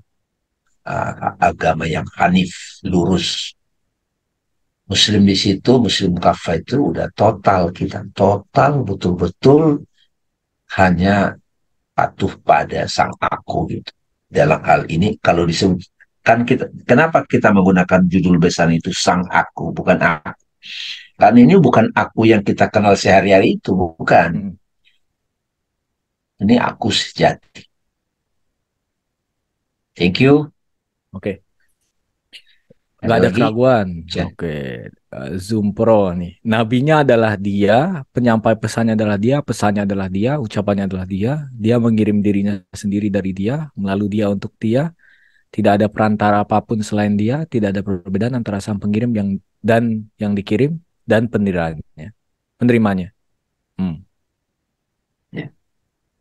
Nah, itu kalau pemahaman itu, perspektif itu, kesadaran itu dipraktikkan sehari-hari, nah itu tauhid dalam kehidupan sehari-hari. Ya. Oke. Alam singular dari Bu Rodia. Oh, fitrah diri sejati maksudnya. Teman-teman yang mau resen silakan ya. Apakah untuk mendalami sang aku, apakah baiknya pertama kita harus memahami emosi, sifat watak, atau trauma? Ya, ini Mbak, bisa ini nggak? Yang dimaksud, kalau teman-teman tadi menyimak bagian awal, ya, saya sengaja ulang tadi ya Bang Arif yang ini. Emosi itu di sini Mbak, di mind. Trauma, kalau psikologi kan alam sadar, bawah sadar. Kalau Rupert Spira dia tidak menggunakan terminologi itu karena memang yang penting kita mengenal sang aku dulu. Sang aku itu. Jadi membedakan antara subjek dan objek itu penting banget. Trauma itu adalah objek atau memori kan, ingatan. Kalau dia mixing sama yang lain jadi emosi, jadi ego gitu. Nah, kalau teman-teman mau praktek self-inquiry terhadap yang punya ingatan yang membebani, itu kalau lagi rileks sendirian, lagi rileks, saat kita rileks itu kita menjadi aku yang tenang, space gitu. Bisa dibantu dengan napas. Nah, kalau sudah recognition, kenal betul dengan aku yang tenang damai ini, baru undang, perhatikan memori yang disebut trauma. Jadi aku sebagai observer dan adegan fragmen drama gitu. Kalau belum mahir di situ, biasanya kita bisa pengalihan dulu. Kayak kita nonton YouTube nggak suka YouTube itu, kita bikin takut, kita ganti channel gitu. Tapi ini nggak kelar. Ya. Tapi kalau kita udah sering-sering sebagai I am, sering-sering silent, peace itself, itu semua trauma-trauma itu kalau bahasa agama itu dihapuskan, diampuni gitu. Iya, iya, iya. Ya diampuni itu maksudnya itu. Kalaupun kita ada ingat itu, nggak ngefek lagi, nggak mengganggu lagi. Ya. Nah, biasanya setelah diampuni, itu dapat hikmah, wisdom. Jadi kita jadi mengetahui itu. Bukan lagi sebuah dosa bukan lagi sebuah beban, tapi sebuah ayat-ayat kebijaksanaan. Ya, jadi Mbak Bella ya tadi ya. Jadi kalau ada pengalaman trauma begitu, biasanya sih orang kalau mau self inquiry kalau masuk ICU gitu kan kadang harus ada terpuruk juga baru benar-benar mau. Sangat bagus sebetulnya jangan lagi terpuruk gitu. Justru sebelum tidur itu bagus tuh praktek. Oke, Oke, bisa ditonton Mbak Bella tema-tema sebelumnya itu banyak membantu. oke, thank you. Tanyanya keren. Ini dari Eca. Izin bertanya Bang Dame, apakah dengan self inquiry kita bisa memecah blockage di alam tidak sadar serta mencapai alif dalam diri? Ya, betul, betul sekali. Jadi kalau teman-teman sudah bisa membedakan, kan kayak saya suka analogi ini, Rupet juga suka kasih analogi itu sering. Jadi kalau yang pakai laptop gitu ya, sebelum dinyalakan kan, yang ada adalah layar kosong ya kan, layar. Baru di situ menampil gambar-gambar. Nah, gambar-gambar itu ya trauma salah satu. Cuma mix dengan emosi kan. Mix dengan pemikiran, keraguan. Nama-namanya banyak. Cemburu, dendam, kesel gitu kan. Kalau di agama itu yang disebut neraka. Jadi koleksi memori kita yang membebani, itu neraka namanya itu. Nah, kalau kita sudah sadar sang aku, kita coba nengok lagi neraka kita itu, koleksi itu. Supaya dia kita transform jadi surga, nar jadi nur gitu loh. Kita kan nar itu kan api, neraka. Nur itu jadi cahaya, jadi pengetahuan. Jadi sebuah perbuatan yang membebani kalau belum jadi pengetahuan itu neraka. Jadi bila teman-teman kita nih termasuk saya, kalau saya masih punya derita, saya belum dapat hikmahnya, itu jadi neraka tuh. Tapi ketika neraka itu, nar itu, derita itu sudah saya dapat wisdomnya, itu jadi knowing. Dari iluminasi gitu. Itu dalam bahasa Arab bagus tuh. Nar, ya, fathah. Nah, naikkan, Bang Arif, doma kan nur gitu. Itu indah tuh. Oke. Dari Silmi Rosda, gunung, pohon, hewan, awan, jalan, rumah juga bagian dari sang aku kan ya, Bang? Bukan cuma sang aku yang ruh manusia. Nah, ini kan analogi tadi, ini sebetulnya sang aku itu jangan kita pahami sekedar individu. Aku yang kita sudah terbatasi individu ya. Jadi aku yang universal, sang aku sejati itu menampilkan adegan ada propertis gunung, ada ini, itu dia itu. Nah itu yang disebut kemanapun kau menghadap di situ wajah Allah gitu. Coba kalau kita intens melihat kehidupan seperti ini. Itu yang disebut Dante Divine Comedy kan? Ya, betul. Jalan menuju surga harus lewat neraka dulu tuh. Thank you Mbak Silmi. Thank you. Kalau nggak Kang Abu komen nggak? Oh iya, anggota 3 kafir ya, bukan? Kafir. Atau harus ada 3 tidur. Kafir ini Kang Abu. Iya ini kafir 1 sama kafir 2 lah ya. Ada di sini kafir 3-nya lagi main kayaknya. Oke. Ya selalu menarik ya kita bicara self inquiry sih selalu menarik gitu. Tetapi saya rasakan balik lagi ya.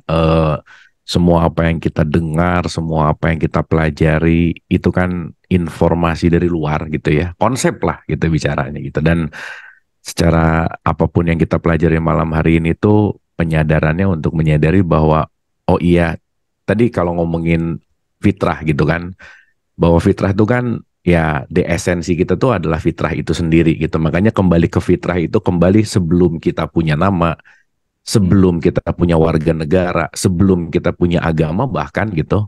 Karena begitu kita mulai sadari bahwa kita tuh terlahir sebagai manusia gitu. Manusia yang lama-lama dikasih identitas, lupa jadi manusia. Dikasih lagi sebuah apapun gitu ya, yang semua mengikat menjadi sebuah warga negara misalnya. Jadi agak aneh kalau sekarang kewarganegaraan, agama, itu justru malah merendahkan kita sebagai fitrahnya manusia, karena kita lupa gitu. Ketika kita bercermin, mungkin karena cerminnya buram, jadi kita nggak terlalu clear ngelihat siapa yang di dalam cermin gitu intinya. Nah, ya balik lagi gitu, Rupert itu kan sangat direct gitu ya. Jadi saking directnya jadi kaget sih kadang-kadang gitu. Iya betul. Saking directnya tuh jadi kaget gitu. Dan begitu kita mulai menyadari bahwa ya kebayang ya kalau misalnya semua, kalau Bang Dame itu selalu menganalogikan layar. Waktu teman-teman ngelihat di sini banyak sekali icon-icon nama, icon itu kan semuanya satu layar yang sama sebenarnya. Gitu kan, satu layar yang sama dengan menampilkan beberapa account-account yang beda-beda namanya, beda-beda fotonya. Tapi at the end ini semua layar yang sama gitu.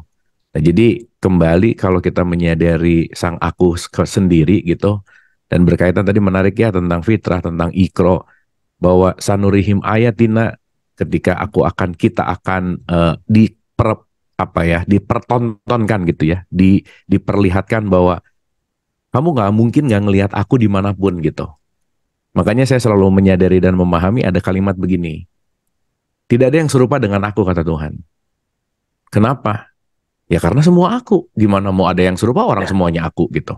Dalam konteks di mana begitu kita mulai menyadari tentang cahaya, begitu menyadari tentang emanasi, begitu menyadari tentang mawujud dan wujud gitu ya, dan itu menjadi satu kesatuan, pada dasarnya apa yang kita lihat semua kan hologram gitu ya. Kita merasa kita melihat orang lain di luar diri kita, padahal kan enggak. Apapun yang kita di luar semua sumbernya dari dalam gitu. Even teman-teman ngelihat saya, ya dari dalam juga. Jadi kalau tubuh fisik saya ini udah di tanah kusir, udah nggak ada, tapi memorinya kan tetap ada di dalam gitu. Dan disitulah nanti kita mengerti bahwa konteks kita tuh sebetulnya sesuatu yang tidak terbatas dan dilimitasi oleh batasan, salah satunya adalah fisik gitu. Nah, begitu kita kembali ke fitrah, begitu kita keluar dari penjara limitasi, karena kita mulai dilimitasi dari mulai pemikiran, dilimitasi dimulai konsep, dilimitasi dari mulai memori kita, bawah sadar, tidak, banyak gitu ya. Banyak yang melimitasi kita sehingga kita tuh jadi amnesia bareng gitu kalau kata Bang Dame. Kita tuh lupa, kita tuh datang dari mana, kita tuh lupa kita tuh siapa, kita tuh lupa kita tuh sebetulnya mau apa gitu. Dan ya semua saya rasa semesta akan selalu memperjalankan untuk kita kembali kepada fitrah itu dengan caranya apapun gitu. Nah disitulah kita punya peran. Dan disitulah kita penting untuk berperan sebaik-baiknya dalam skenario besarnya Tuhan gitu. Saya rasa gitu Bang Dame, Bang Arif. Terima kasih Kang Abu. Terima kasih Bang. Thank you Kang Abu. Terima kasih banyak. Silakan Bang Arif. Oke. Ada lagi yang mau sharing atau bertanya? Tapi berat sih, malam ini berat banget sih.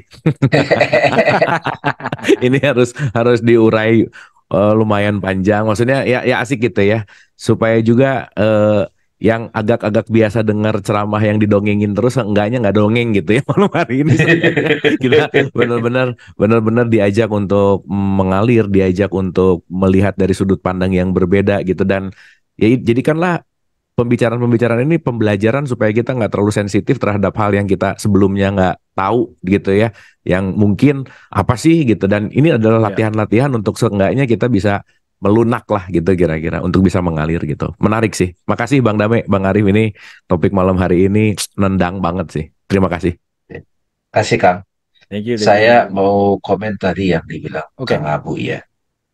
Di era digital ini, kebenaran metafisik, kebenaran hakiki ini, itu menjadi bisa dianalogikan, dijelaskan.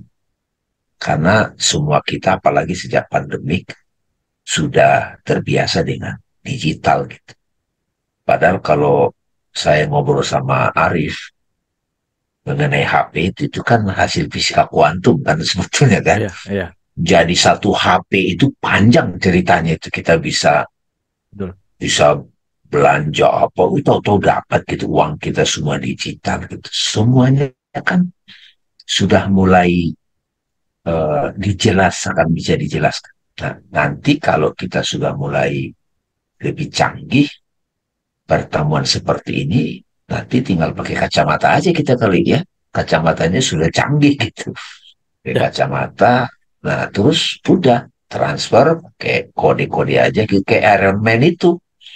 Nah, ini kan kalau meminjam kata-kata Arif, kayak kelihatan keren. Padahal sebetulnya orang-orang yang sadar dahulu sudah begitu menjalani hidup. Mereka udah sering Isra Mi'raj. Tapi kan di alam imajinasi versi kita. Padahal itu lebih real daripada fisik. Ya, saya suka bilang teman-teman, yang menentukan sesuatu real atau tidak, itu kesadaran. Perhatian kesadaran kita fokus kemana? Knowing tadi. Jadi orang yang sudah mulai belajar seperti ini, berfilsafat atau self-inquiry, tidak lagi menganggap bahwa realitas fisik itu lebih real daripada yang menampil di pikiran. Enggak. Pertama kita sadar itu sama-sama objek. Kalau Rupert menyebut itu the world, kalau yang fisik, persepsi, the mind itu di batin. Saya juga bilang tuh, seseorang yang pacaran, tiba-tiba diputus. Kita putus. Oh, itu bikin sakit kan? Karena dia tidak siap dengan itu, dia menghibur diri. Dia ke bar atau dugem lah. Suara musiknya kan kencang. Tapi suara kata-kata mantannya ngomong itu jauh lebih kencang. Jadi what is reality? Sekarang ada tambahan di HP kita. Malam-malam kan sebelum tidur scroll-scroll Instagram dulu tuh gitu. Toto 3 jam kan gitu dan seterusnya. Padahal di situ ada benda-benda di depan kita. Jadi what is reality?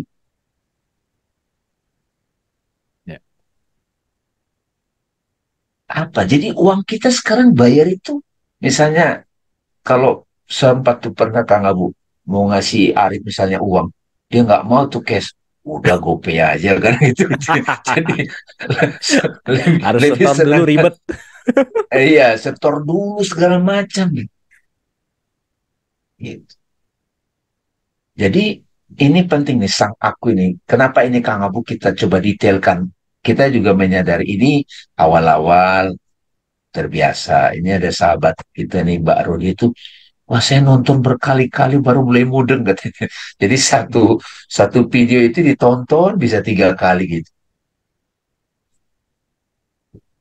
Jadi ini semacam kayak kita preparation nih teman-teman. Kalau nanti era IKN gitu kan, atau 2045, kok bayang nggak anak 6 tahun sekarang udah biasa dengan digital life. Kalau dia nggak tahu yang real yang mana gimana? Harus awakening nih. Tapi Bang Dame, kalau kita ngelihat teknologi ya, entah kenapa jadi kepikiran bahwa emang teknologi yang semakin modern ini sebagai perwujud dan dia pengen menampilkan yang lebih real sih sebenarnya Bang Dame. Dia pengen ngasih tahu itu ya. Sesuatu yang ini masa udah gini aja, kebayang ya dulu waktu zaman Musa gitu misalnya ya, mau ngomongin tentang fitrah gitu, lights, belum ada layar, belum ada, wah nggak kebayang lah ya gitu ya. Tapi sekarang dengan itu ketemu api. Nah, ketemu api gitu. Itu kan sesuatu yang maksudnya dengan sekarang ya kita ngomongin wifi lah ya. Semua orang ngomong wifi itu bisa dipercaya gitu. Even ya ngomongin goib gampang banget gitu sekarang. Itu simpel. Ya that's wifi gitu. Kita nggak ngelihat tapi bisa saling mengkomunikasikan how come gitu. Nah sekarang pertanyaannya ketika wifi itu diciptakan oleh kita dan kita tahu fitrah itu langsung diciptakan oleh sumber, how come yang langsung diciptakan sama sumber tidak lebih canggih teknologinya sama apa yang diciptakan oleh manusia gitu. Jadi kalau tadi bicara bahwa kelihatan sekarang semakin modern, iya sih. Dan saya ngelihat gini sih Bang Dame, perbedaan masa lampau sama sekarang, dan ini bukan ngomongin benar salah baik buruk gitu ya.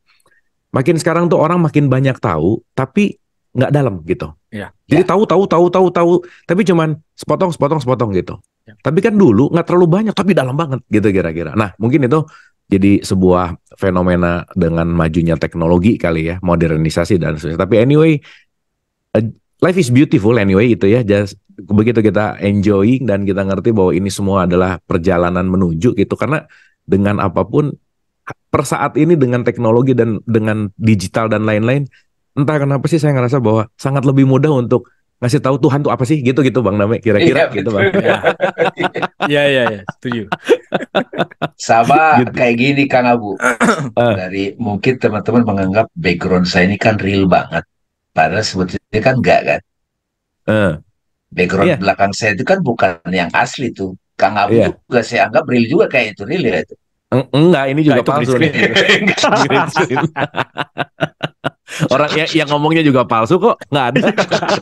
Ini rekaman juga kayaknya. Ini Mbak Oke. Jenny nih terakhir ya. Terima Oke. kasih Kang Abu. Alhamdulillah. Thank you Thank you, Bang Dame, thank you. Bang Arif semuanya. Oke, silakan Silakan. dari Jed ya. Ya, selamat malam. Saya mohon izin bergabung jika diperkenankan. Karena tadi sudah menyimak dan luar biasa sekali. Saya mohon izin juga tidak menampilkan video saya. Apa namanya? Karena posisi di rumah kurang pantas untuk ditampilkan. Izin, kalau saya lihat tadi kan ini kebanyakan mungkin teman-teman dari Muslim ya. Saya menghormati dan kebetulan saya saya non Muslim, tapi saya tertarik dengan self inquiry ini dan luar biasa sekali. Tapi apa yang saya pahami dari self inquiry ini dari beberapa kali ikut mengikuti Zoom-nya, saya melihat untuk who am I ini ya, yang siapa diri saya. Kalau mohon izin kalau saya salah tolong diluruskan. Tadi disampaikan bahwa siapa diri saya itu tadi kan ada Tuhan menyampaikan, itu saya anggap Tuhan ya, karena A-nya besar. Di gambar yang pertama, aku tiupkan roh kepadamu, di gambar yang pertama. Bolehkah dari sini saya menyimpulkan bahwa di setiap makhluk, karena ini bukan hanya manusia ya, jadi Tuhan itu kan meniupkan rohnya itu pada setiap makhluk. Artinya apakah di setiap diri kita sebenarnya, di dalam diri kita itu ada Tuhan. Tuhan yang sebenarnya kalau tadi saya juga tertarik dengan pada saat pembukaan Bang Arif ya tadi itu menyampaikan pada saat awal itu, saya tertarik pada saat dia nyarinya itu di luar karena terang di luar, di dalam. Apakah sebenarnya yang kita cari itu Tuhan ya? Yang karena tadi saya menyiapkan. Jadi siapa saya? Itu jawabannya. Kemudian saya bertanya tadi itu. Kemudian apakah kalau di kami kebetulan menggunakan Bhagavad Gita, ini juga yang kita pelajari Bhagavad Gita itu, mohon izin ya, saya tidak akan mau ngomong masalah agama, tapi saya sangat tertarik dengan satu hari ini, dan saya justru sampai pada kesimpulan ini sama persis dengan apa yang saya pelajari dalam agama saya. Dalam agama yang sesungguhnya, bukan yang sudah banyak perubahan-perubahan dengan adanya perkembangan dan sekarang kita menjadi lebih tertarik dengan dunia materialnya ya, bukan yang dunia sebenarnya. Padahal material itu kan sebenarnya tadi disampaikan itu yang tidak sebenarnya, maya kalau istilah kami. Tapi dari sini saya melihat kalau kita belajar self inquiry ini, yang saya lihat kadang kita melihatkan kesamaan ini, bukan melihat perbedaan-perbedaan ini.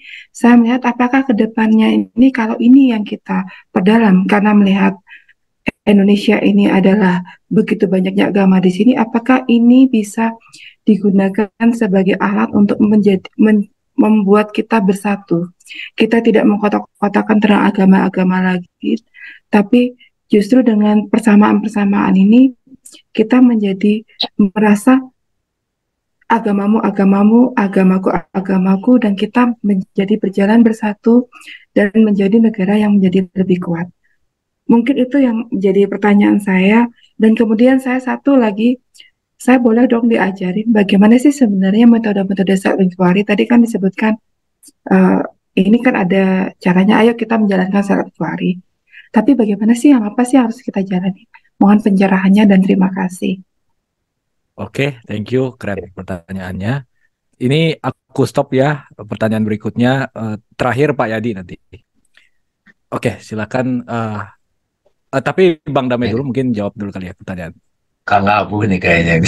Oh, oke. Ya udah, Kang Agung Oke. boleh Enggak, join Bang the Dame, gang saya nih. tuh dengar statement tadi tuh ini yang pernah kita obrolin sama Bang Dame sih sebenarnya. Jadi Ya.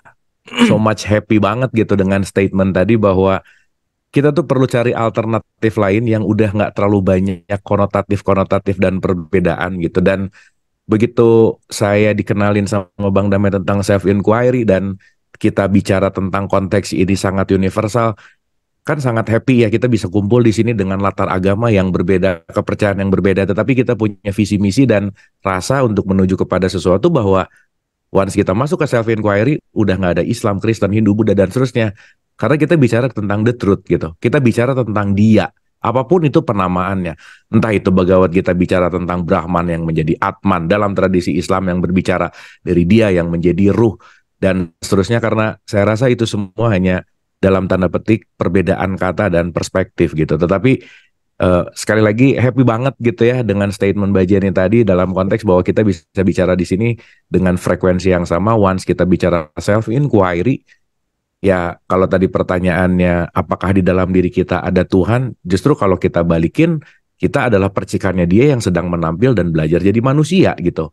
Dan konteksnya ketika kita menyadari bahwa ya kita tuh kan sebenarnya semua makhluk langit yang lagi main ke bumi sebentar gitu. Kita bukan di sini dalam tanda Mr. Bean. petik gitu ya. Mr. Bean gitu.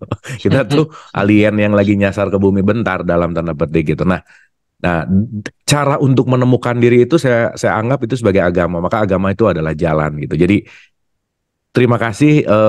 Ini mulai terbukti gitu Bang Dame apa yang kita obrolin beberapa tahun lalu di awal pandemi gitu ya, bahwa self inquiry ini akan mempersatukan perbedaan konotatif yang kayaknya sekarang udah terlalu kental banget untuk sangat mengkotak-kotakan bahwa kamu A, kamu B terhadap agama gitu. Tetapi bridge yang bisa dilakukan senada yang dalam konteks kita bisa sama-sama, kalau pakai konteks Indonesia adalah Bhinneka Tunggal Ika, ya self inquiry ini. Karena kenapa? Ini direct path, nggak ngelihat suku, bangsa, ras, dan agama, dan it works dalam kondisi dan untuk siapapun gitu.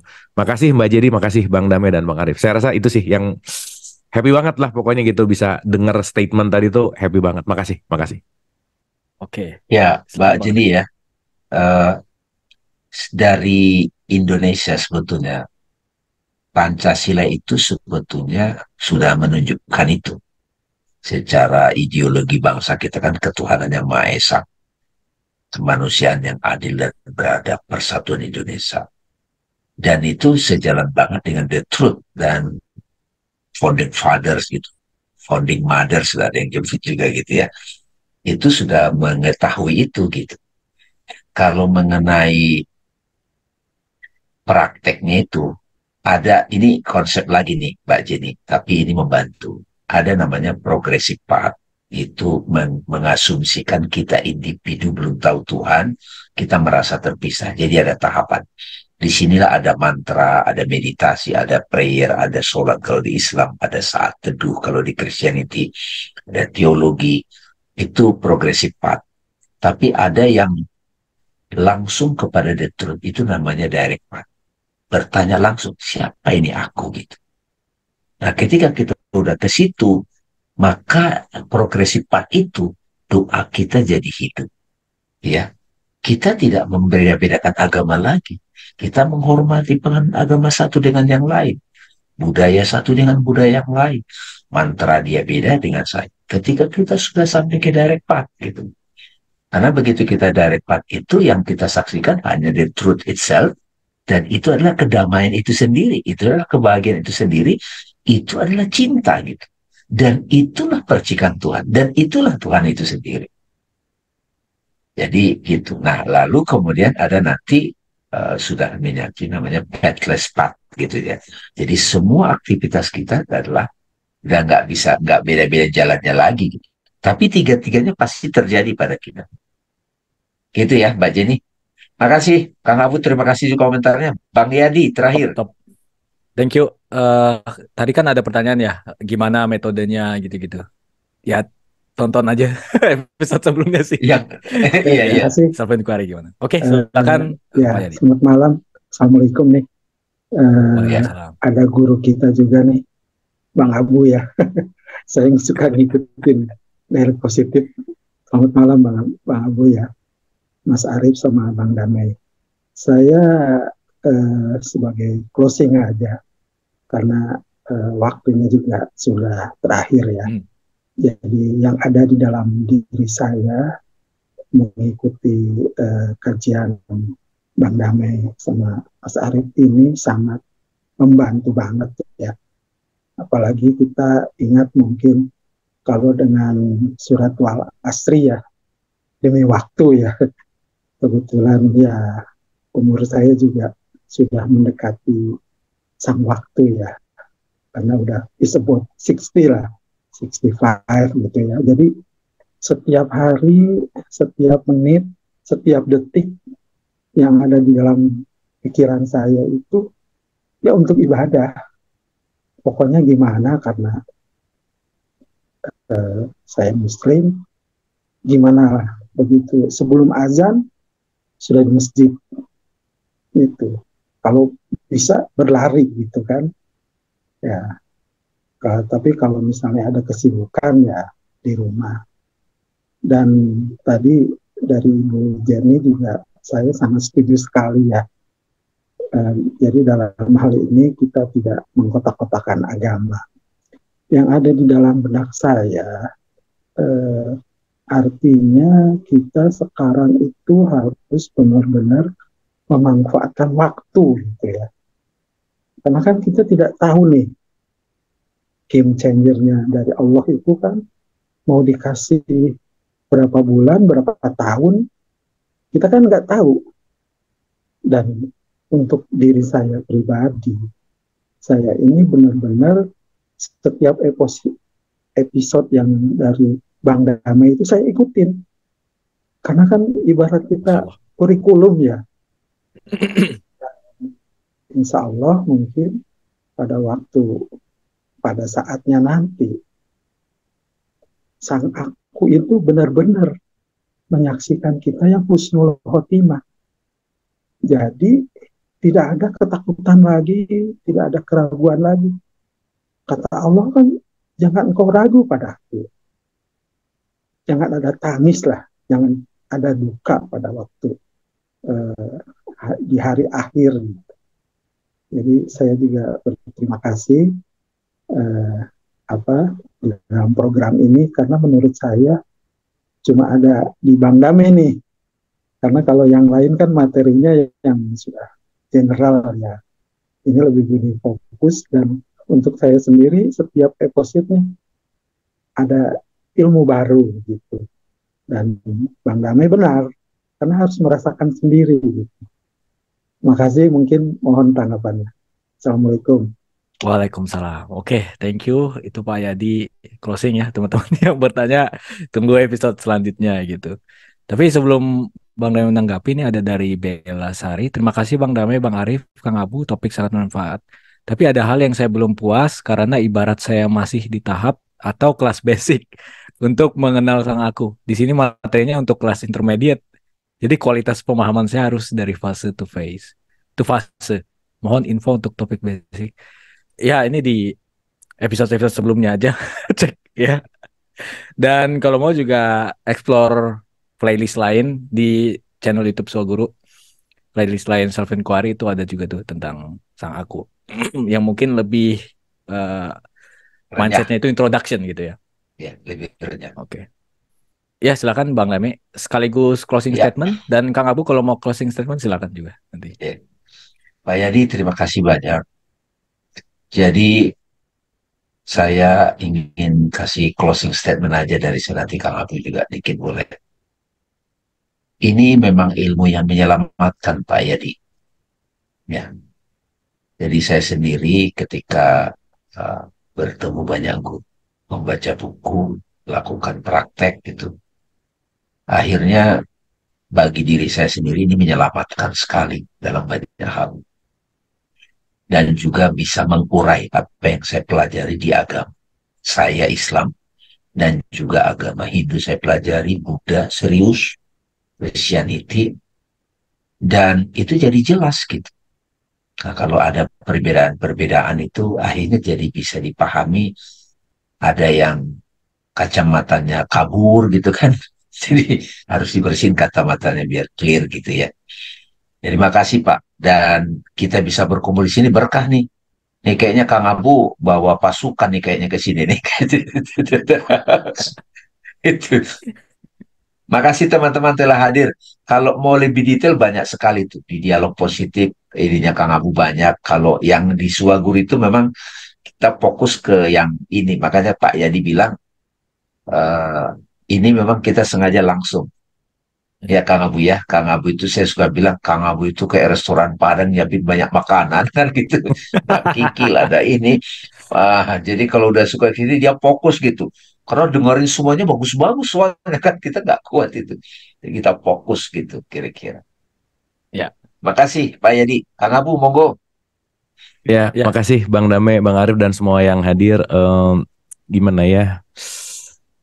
Ini kayak oase gitu ya di tengah-tengah kekisruhan. Kita tahu dengan kecurigaan antar orang yang beragama, yang berbeda gitu ya, dengan berbicara dengan kemasan, dengan label dan seterusnya.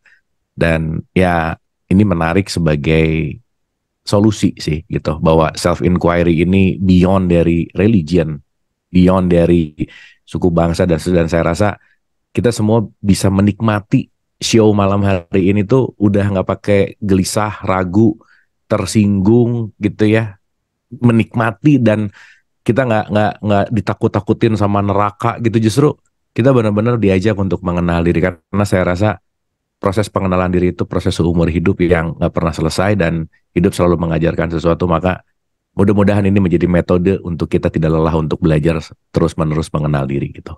Terima kasih Bang Dame, Bang Arif dan semuanya. Oke, thank you Bang Dame, Kang Abu, teman-teman tadi yang bertanya, keren banget karena bisa mendeteksi adanya potensi dari perbincangan self inquiry ini gitu ya. Tadi menyebut Bhagavad Gita juga, self inquiry itu sebenarnya salah satu referensi utamanya ya Vedanta gitu kan, Adi Sankara, Advaita Vedanta gitu. Jadi tidak jauh-jauh amat lah. Memang perennial, memang tentang kesatuan tauhid gitu, tidak lagi memandang perbedaan. Justru perbedaan itu adalah manifestasi dari knowing-nya sang aku. Gitu. Gimana mau bertengkar kalau kita melihat diri kita kan? Dan hashtag Kang Abu di sini harus dibacain sih. Bagimu agamamu, bagiku kau saudaraku. Oke. Udah itu aja. Itu aja. Terima kasih teman-teman. Semoga apa yang kita laksanakan di sini bisa menjadi berkah dan bermanfaat untuk kita